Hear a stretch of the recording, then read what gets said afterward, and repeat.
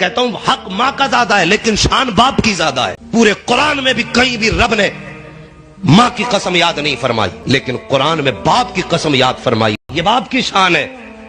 خدا را مہربانی کرو, کوئی بھی چیز اللہ تمہیں دے تو ماں نے تمہیں پالا, بڑی قربانیاں اس کی ہمارے ساتھ ہیں. میں یہ نہیں کہتا کہ ماں کا حق نہیں ہے, حق ماں کا زیادہ ہے, شان باپ کی بڑی ہے. یہ یاد رکھنا میری بات. باپ کو نظر انداز مت کر دینا. جو بھی آتا مولانا ذرا اماں کی شان بیان کر دیو. کیوں؟ ابا سوتیلا تھا کیا؟ یار ذرا سوچو تو صحیح. جس نے اوور ٹائم ڈیوٹیاں کی تیرے لیے وہ کون تھا؟ جو کئی دن تیرے قرض اتارنے کے لیے گھر نہ لوٹا وہ کون تھا؟ جس نے بارش کے موسم کو بارش نہ جانا, موسم کوئی بھی ہو تیرے لیے کمانے نکلا, بتا وہ کون تھا؟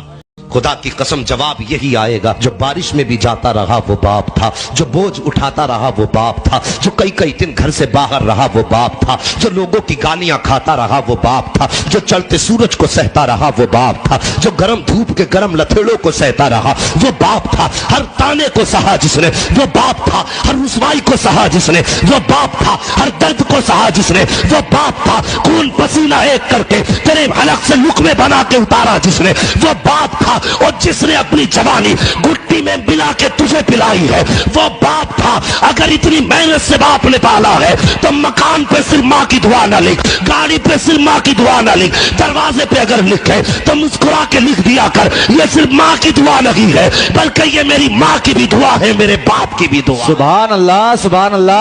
اللہ سلامت رکھے. ماں باپ کی عزت کر لو, ہاں ماں باپ کی قدر کر لو.